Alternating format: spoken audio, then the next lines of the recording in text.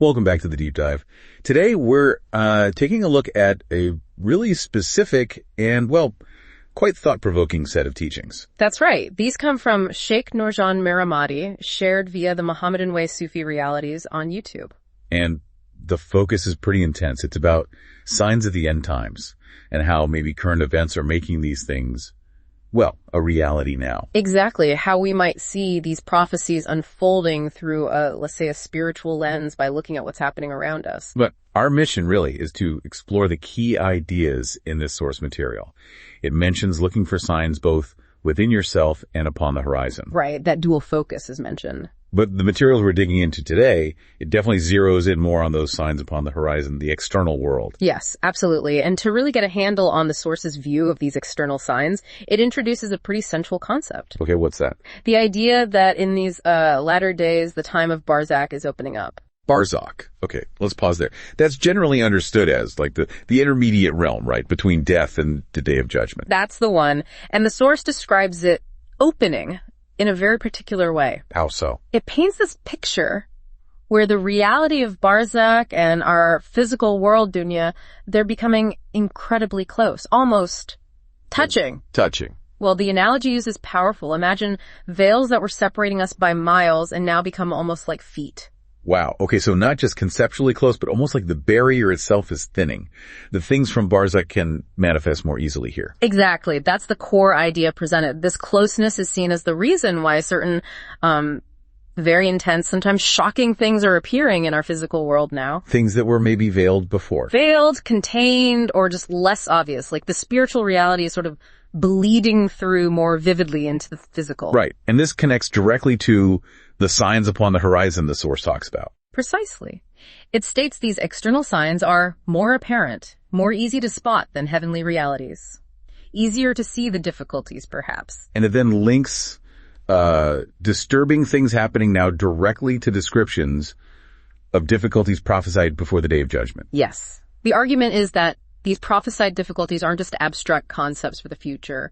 They're manifesting tangibly, often disturbingly, because of this increasing closeness of Barzakh. Okay, and this is where the material gets pretty heavy, doesn't it? It does. It focuses quite a bit on what it interprets as reflections of Jahannam hell realities starting to move into or show themselves in dunya. Reflections of hell. Yeah. Here, how does it make that connection? It links these trends to descriptions given by Prophet Muhammad, peace and blessing be upon him, about the punishments of Jahannam. Descriptions that were said to be beyond imagination for people at that time. The source kind of poses the question, are the things we're seeing now finally fitting that description? Beyond imagination. What kind of things specifically? What examples does the source use? Well, one area it really highlights is extreme body modification. And it's talking way beyond typical tattoos or a nose ring. Okay, how extreme. It talks about people piercing and marking their bodies extensively all over. Right. And then it gives this really unsettling example. People, after getting these intense piercings, apparently hanging themselves from ceilings using hooks in the piercings. Hanging from hooks in their skin. Yes. Lifting their bodies, swinging, and the source says finding pleasure in unimaginable pain. Pleasure in that kind of pain. Oh. Yeah, that does sound like it pushes the boundary of beyond imagination. And that seems to be exactly the point the source is making. It emphasizes this level of marking and piercing tongue.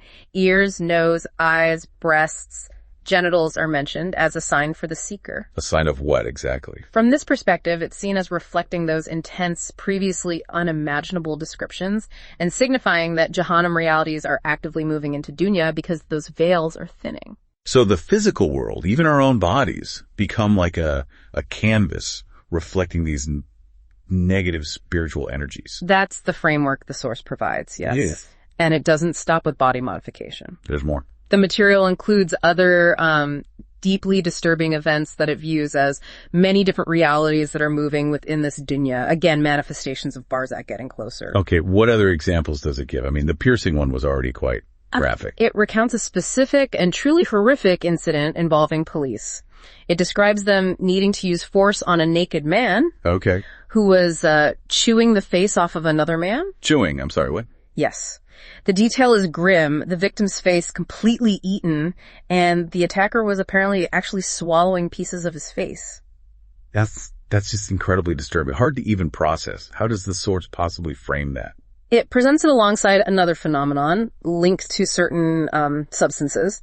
It mentions a specific drug, which police apparently called an LSD crop, that was seen as a major threat. A drug causing this. The description given in the source is that this drug seems to turn normal people into monsters that possess the superhuman strength and no ability to feel pain. Superhuman strength and no pain. Which then leads, according to the source's account of police reports, to situations where lethal force is used because individuals are found doing things like the face-eating cannibalism. So from the source's viewpoint, these aren't just random horrible acts of violence or, drug-induced psychosis in the usual sense. Not just that. Within this framework, they're seen as specific manifestations, tangible signs upon the horizon of those spiritual realities bleeding through, linked to the prophesied difficulties intensifying. Right, because of Barzak opening. Exactly. And the source then loops back to the extreme body marking, giving it a specific spiritual interpretation within this context. Okay, how does it interpret that extreme marking then? It presents the idea quite directly. These are satanic armies that Shaitan wants to yoke and to mark his people. Satanic armies. Marked by Shaitan, by Satan. That's the interpretation offered. And it's contrasted sharply with believers who are described as the people of light. And how are they described? As people who put ta'wis and put symbols of Allah Almighty on themselves. Taoist being like protective amulets or symbols. Ah, okay. Thanks for clarifying, Taoist. So the marking is seen as a kind of spiritual branding, an allegiance to negative forces. That seems to be the view. The source suggests these intensely marked individuals are showing they're locked with that belief and that they are under the control of shayateen, of devils. And does it offer any other context for this idea of extreme acts linked to spiritual influence? It actually brings in a historical reference to give context, perhaps, to the human capacity for unimaginable acts driven by certain beliefs.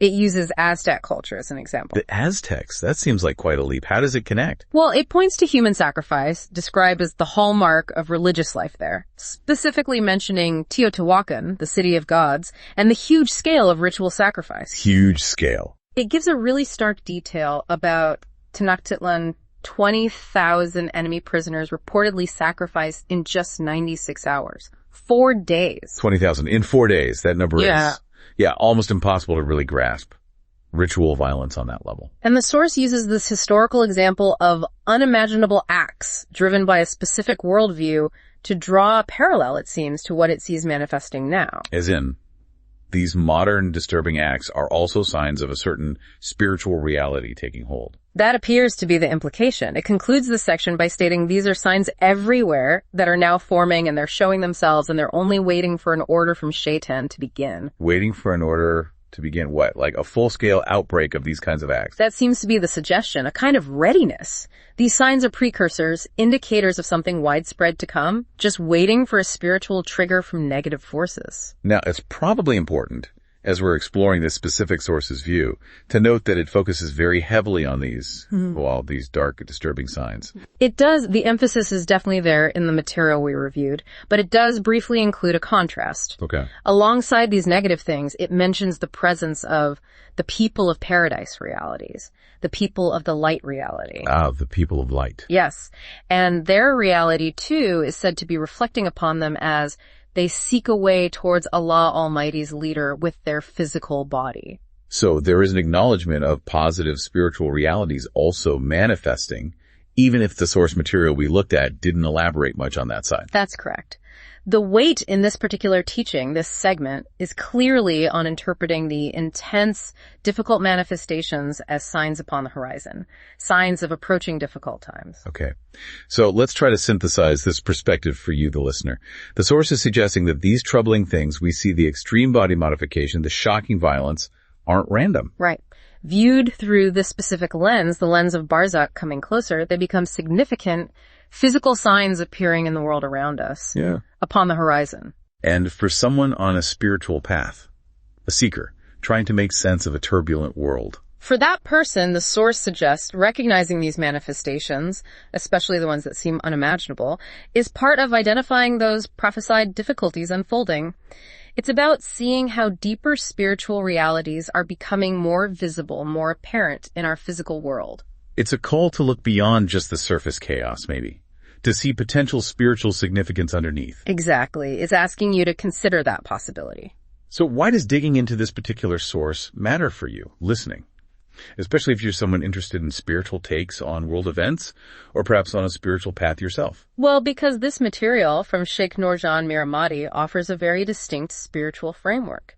It's a way to interpret these often overwhelming, disturbing global events that goes beyond, just politics or sociology. It proposes that what we see physically might be direct reflections of deeper spiritual realities, specifically from Barzakh, drawing very near. And it frames these events not just as isolated incidents, but potentially as potent signs of significant times approaching, prophesied times perhaps. It really encourages you, doesn't it, to think about how you perceive the world, to consider that maybe intense, even horrific events aren't just inexplicable, but could be viewed as evidence of spiritual veils thinning.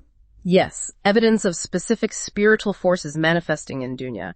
It circles back to that idea of looking for signs within yourself and upon the horizon, but it gives a very particular and quite intense interpretation of what those external signs might look like right now. It definitely prompts questions. Like, if you entertain this framework, what does it mean for how you navigate the world? How would you even discern these signs? And how does that perspective then shape your own internal spiritual state, your own path, especially when faced with such external intensity? Which brings us to a final thought, something to maybe sit with, drawn directly from the source itself. That powerful assertion we mentioned earlier. Right. That these manifestations of difficulty, of apparent evil, are signs forming, and they're only waiting for an order from Shaitan to begin. Just ponder that for a moment. What does it truly mean if you view current global challenges, these disturbing events, through that specific lens? Not just as problems, but as active signs pointing towards something potentially imminent. What orders could possibly be awaited? Or perhaps are already being carried out in ways we don't immediately recognize if you were to explore this perspective. And ultimately, how does grappling with such a framework, this idea of spiritual realms drawing near, of signs forming, potentially awaiting a dark command, how does that shape the urgency, the focus, the direction of your own spiritual journey? How does it change how you engage with the world?